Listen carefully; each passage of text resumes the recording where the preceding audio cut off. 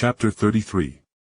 Once me and Galatea were cleaned up and sitting down in one of the embassy's meeting rooms, we were like children who just suffered being beaten by the mother's almighty slipper of doom for fighting one another and were then forced to sit beside one another to talk out our problems. That was how awkward the silence between us was. So, why did you attack me when I went to enter the room? I asked finally to break the silence so we could get to the heart of the problem. You mean besides when you used my head as an excavator to break through concrete and the foundation of a shitty school? She sniped back toxically. I merely blinked softly as I crossed my hand over my chest and shot back. You were still under the programming of your masters. Be glad you didn't die like your sibling did, as I obviously took it easier on you than the League did on that other clone that was in Cadmus. I spoke, making Galatea's fist audibly pop at the realization me and the mini-league could have actually fought harder, as the other members of my team were defending Fouquet and dealing with the other two assassins while we went at it. If they were around, then the fight would have ended much sooner and possibly even lethally, as none of us would hold our punches against a hostile Kryptonian. And Galatea knew that, as Wonder Woman wouldn't and couldn't hide the battle the League had with Match when they literally ripped Cadmus out from the earth and firmly told the world, no more clone bullshit. Fuck you. You long-haired pansy bitch. Galatea cursed me and I chuckled as I rested my chin on my intertwined hands. Not like I haven't already seen everything you have. I spoke with an upturned eyebrow, as really. A massive boob window exposing most of the woman's tits and just wearing a unitard for battle was utterly dumb if you wanted to fight in a superhuman battle, as plenty of grappling happens when we are tearing at one another in the air. Galatea huffed and rolled her eyes as she leaned back to throw her foot atop the very clearly expensive table between us. You think I wear this crappy leotard for protection? I wear it as not only is it durable to survive me fighting, but every single man's eyes are driven right where I want them so I can control them. She said smugly, and just to be an ass I laser focused on her fantastic tits. Are you even listening to me, you fucker? She yelled, hearing no rebuttals from me after half a moment of silence. I shook my head and played up my confusion. Huh, what? Sorry, I wasn't listening at all and tuned you out. Galatea slowly moved her feet off the table and leaned forward so she could meet my eyes as she spoke softly, as though to avoid the listening devices that were almost certainly in the room. I am going to enjoy putting you under me. Yeah.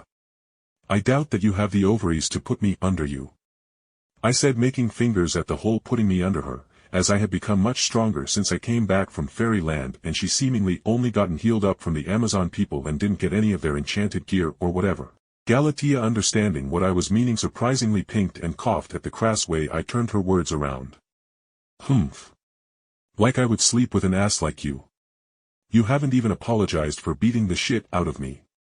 I couldn't help but give her a look of utter confusion, as despite this life being bereft of really any romance, I knew quite well that an apology after beating someone's ass like a bongo drum didn't really do much. But then again, she most certainly didn't really have a human mindset, with her only upbringing being downloaded mental information and the warped Amazonian culture she may have absorbed over the weeks she spent there. Would an apology mean anything even if I did truly mean it? I mean, I certainly didn't enjoy fighting you, as removing charred flesh is not fun at all. But if it makes you feel better. I leaned forward as well and gently took Galatea's hand as my purple eyes met her sky blue ones. Galatea, I am truly sorry my team and I had to fight you. We had our mission and you had yours. I hope we can put that day behind us and at least become friends, as I imagine Wonder Woman will enjoy finding ways to make us suffer so we can come together in training. Galatea's light pink cheeks took on a ruddy hue as her hands tightened up in my grasp and she demurely nodded softly. Okay. I will let it go. She muttered with her eyes staring at our conjoined hands, but then her eyes snapped back up to mine. But in return, you need to teach me how to live amongst you humans, as I do not really fit in with the Amazons, and I refuse to sleep in a tiny room here in the embassy. She stammered and I nodded, as just to show my understanding I made my hollow features retract, showing off my human side. That's fine. I mean, we can easily get money through various means as heroes, as the League has programs to help its heroes who can't get a job like I couldn't. But then there is also how there will almost certainly be plenty of cash to loot from a drug cartel. I said with a mischievous smile at the opportunity to live out the show Narcos and loot millions of dollars that were hidden in some wall or something. Galatea, being more of an anti-hero or just not really being a hero in general, nodded to my words, as she didn't see anything wrong with double dipping in the income pool, as it were. That's the thing about most heroes in DC in comparison to Worm heroes. All the basically normal heroes had literally multi-billion-dollar companies behind them to keep them afloat as well as shield them from scrutiny from actual law enforcement.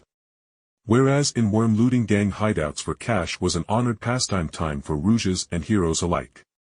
Wonder Woman won't like it, she said softly, and I shrugged. Why in the world would we do it straight in her face?